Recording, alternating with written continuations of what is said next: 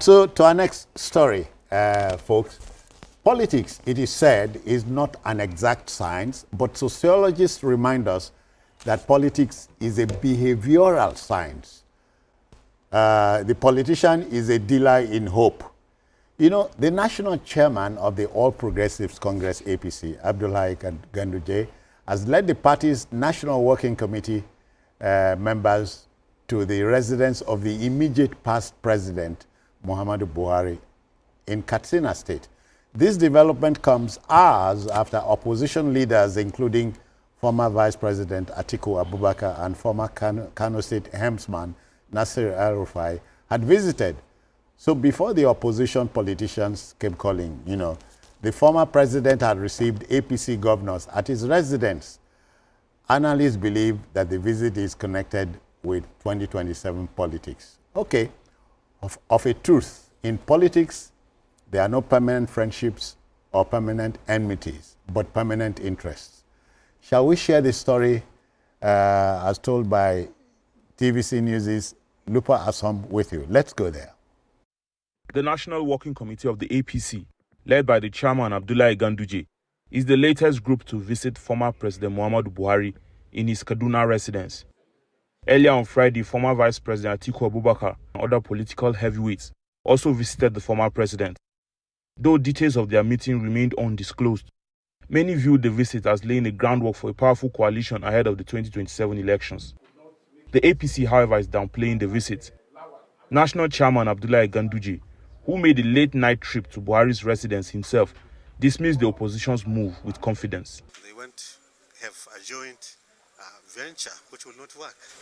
Because from what we have seen, there are just some particles that cannot come together, as you can see. So it's a game. We will not reveal our intrigues, technicalities on how to handle it, but we assure you we are equal to the task. Former President Muhammadu Buhari commended Ganduje and the members of the party's National Working Committee for their efforts to strengthen the APC. I congratulate you for working through the system to achieve what we have achieved. It hasn't been easy. Please continue to value that luck that God has given you. Ganduje touted the APC's dominance, boasting control of 21 states and ambitions to capture more through defections or elections. Considering the progress the president has made is very, very encouraging, and it has made our party much stronger. We are eyeing other states that will come into our fold. Either the governors themselves will come, or we go for election and we defeat them so that we increase our tally. So we assure you, we are comfortable, but we are not resting on our oars. On allegations of regional bias in President Tinubu's appointment, Ganduje promised to provide statistics to prove fairness. But we are coming up with true figures of the appointment to show you that there is no skewedness in the appointment of Mr. President. The opposition's next move and the APC's counter-strategy will be critical in shaping the political landscape ahead. For now, all eyes are on Kaduna and Abuja. Lupe Asom, TVC News, Kaduna. Thank you, Lupe. Mayor, the question on the man watching from the sidelines will be, why a visit to the IPP, immediate past president? Yeah, I think perception is everything in politics, and politicians are aware of that. What they are trying to do is that there are some realignments. The opposition are trying to realign, and in the course of doing that, they want to send a message across to people that the former president, President Buhari, has sympathy for them. Going to, you know, when El-Rufai wanted to leave, he claimed that, oh, I informed the President Buhari before joining SDP. Yeah, of course, if you remember, yeah, both El-Rufai and former... They used to be in CPC. That's what I'm saying. So there are some forces, especially the CPC faction in the party, who, for one reason or another, are contemplating joining SDP, just like El-Rufai. So they want to try to create impression that, oh, the leader, because you know Buhari is very, very popular in the north, and is still very influential. So by trying to associate with him, they will try to send a message to supporters that, oh, we have a sympathy or he agrees with what we are doing. So that is why Ganduje, the chairman of APC, had to do that visit. Is to correct that, is just to send a message to, that's why I say it is perception. It's just to send a message to that this is our leader, is a leader of our party. It has nothing to do with opposition. Opposition are just trying to shop where they don't belong. So you know that prior to that time, the APC governors also visited him. Okay, yeah. Because they're doing that, knowing that opposition parties have started visiting him, Atiku, and it was still El-Rufai that is taking everybody there because El-Rufai has access. So they want to send a message to the supporters that, look, these people are just trying to play smart. President Buhari is a leader of APC, and so shall it remain. And President Buhari has also announced publicly that he remains a committed member of APC. Yeah. He said that after El-Rufai said, oh, I informed him before joining SDP, which could imply that, oh, he supported his leaving APC to join SDP. And the President Buhari had to come out to say, look, I am a member of APC. I am grateful for APC for giving me the opportunity to be able to serve the country, and I will remain a member of APC. So it is like the news said, it's for 2027, and people trying to see through the perception that, you know, the former president is with us. But I think for now, he's still a strong member of APC. Well, so politics is in the air. Yeah. First of all, I think I'm personally glad to see the former president, because this is somebody that critics said he will not spend 1 year, will not spend 2 years. But this is almost 2 years now after his exit. At least, you know, you can see that he's healthy, you know, in comparative sense to his age.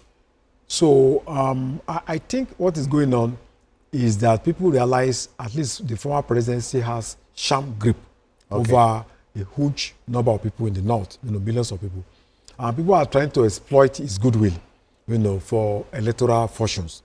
And what I've seen is a situation where the El-Rufai group are trying to send the wrong signal, you know, to the masses, probably to dilute them. Because when you go inside and you come out, you don't make a statement. It is subject to manipulation for self-interest. You know, that we can go out and say, okay, this is what we discussed with him, but we are not making it openly. So the masses are left guessing. They are probably, oh, the former president now with, you know, El-Rufai's group. The reality is that I don't see the former president leaving the APC.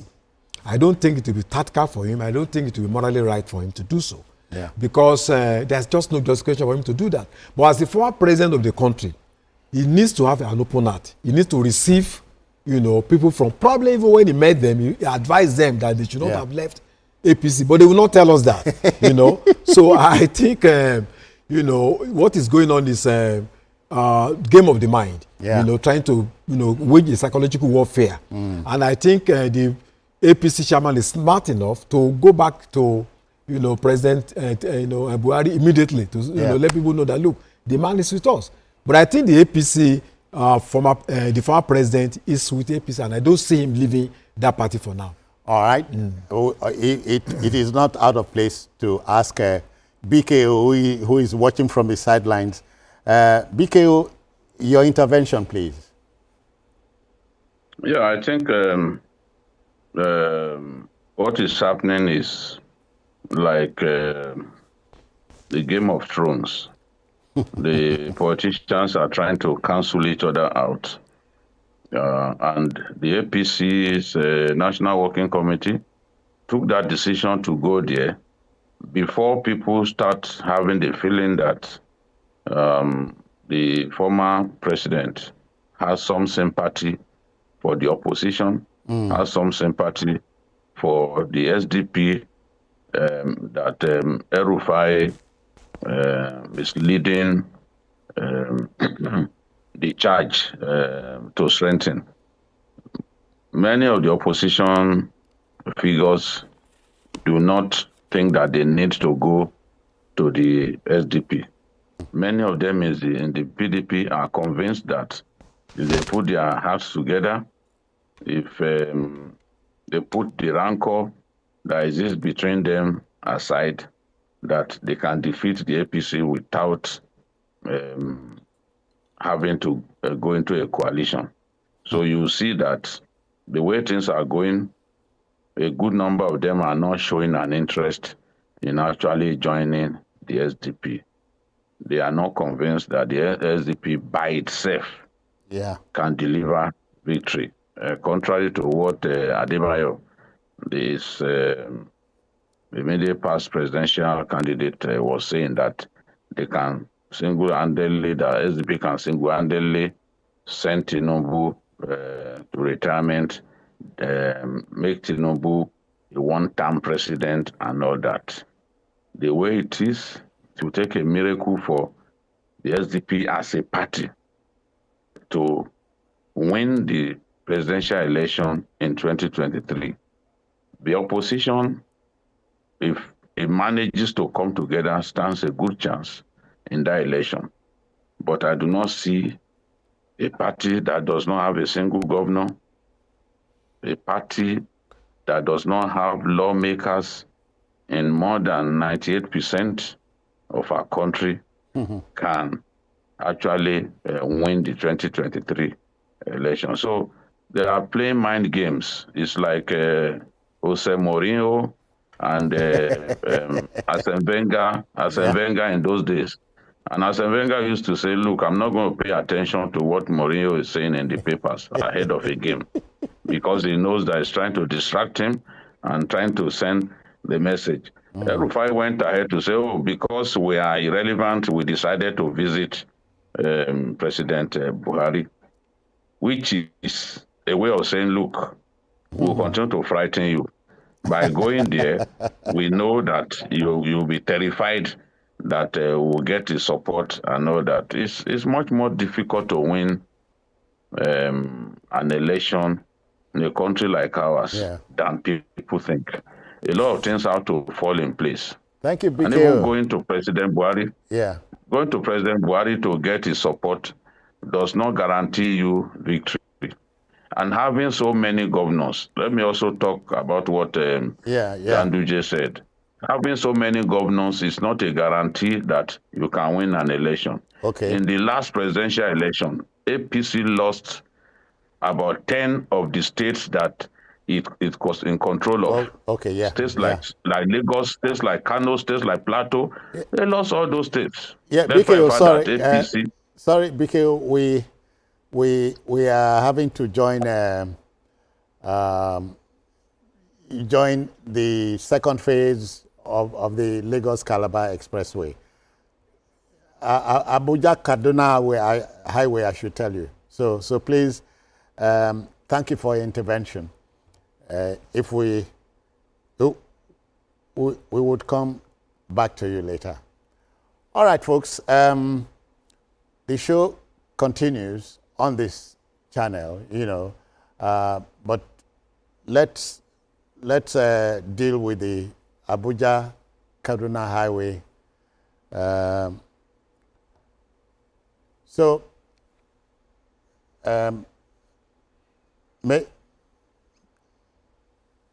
Okay, BKO, sorry, I hear we can allow you to wrap up now. BKO, sorry. How do you take this home now?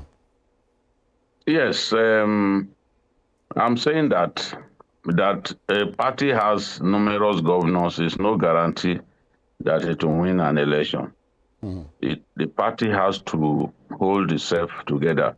What I see going on is even some elements who are supposed to be in the APC working for the fall of the APC from within. That is what Senator Aliu Ndume is doing. And you look at him, you imagine that, oh, he belongs to a party, you are guaranteed of his support. But what he's doing all over the place, going to TV stations to badmouth his party, a government brought into office by his own party, does not even show that he wants his party to win. Going to TV stations to lie that Bayo Onanuga wanted to contest for Senate but failed. Bayo Onanuga has never tried to contest for an elected position because Bayo Onanuga is a proper Ijebu man, and by nature he's stingy, he doesn't spend money easily. So how does he then go into politics? Besides, Somebody that I worked with for more than 20 years. Besides, he Bayo will not, is his son journalist. So Bayo has never made an attempt to contest an election. It's so shameful that an old man like Ali Ndume will go on air to say Bayo tried to get into the Senate. It's extremely shameful. Right. So the biggest problem that the APC has is not simply going to see the former president. It is the people within the APC who are not happy with their own government, trying to bring down the government, trying to make sure that the government is not re-elected.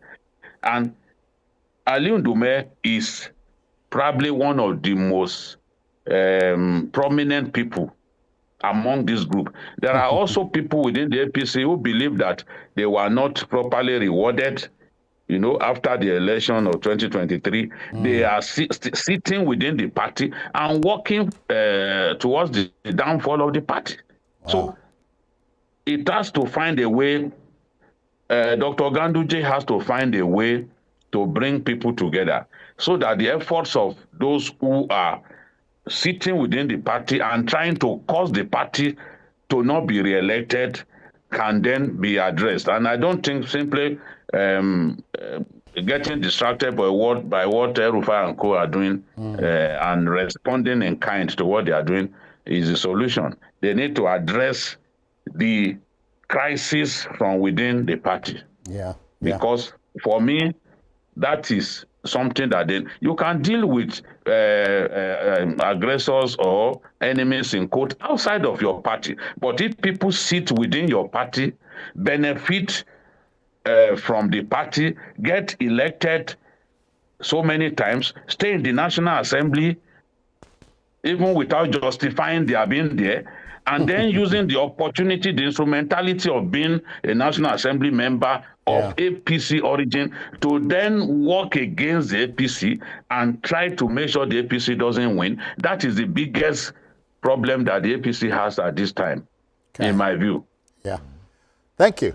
Thank you very kindly. Adeoye, you understand his sentiment? Sure, I agree with him. You know, there's no doubt that the major opposition against the APC is the opposition within. You know, but what we call fifth columnists. Fifth columnists within the party, and the grounds of opposition. You know, it's not based on any ideological disagreement. It's not based on any disagreement on principle. It's based on disagreement on personal gains. That people have felt that they have been isolated, they are not benefiting from the government, they are not being carried along. So when you are talking in terms of seeking relevance, when you are talking in terms of whether they are fighting for the people or whether they have alternatives, you know, to the programs of the ground, the reality is that they have not shown clearly that they are better than those that are in power. You know. Mayor, so indeed, politics is a behavioral science. Yes, because it's about interest, and it's something that you can work on. But given what is happening now in APC is a very big party. Okay. PDP also experienced it when they were in power. When you have a big party, it is very difficult to satisfy everybody in the party. So there will be some people who, for one reason or the other, do not like what was going on, and they will rebel against the party.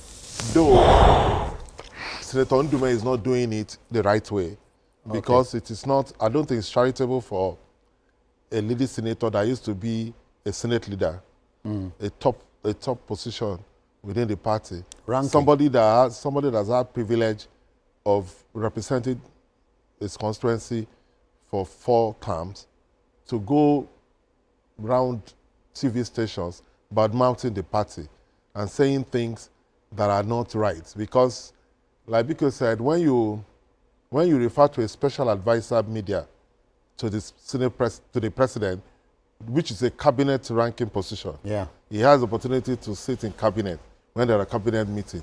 When you refer to somebody like that as a domestic servant, it is not only uncharitable, it is unbecoming of somebody who is a senator. But we understand he has always been a very troublesome person. He's like that. He has always been. And come to think of it, he's one of the people that have been very fortunate politically.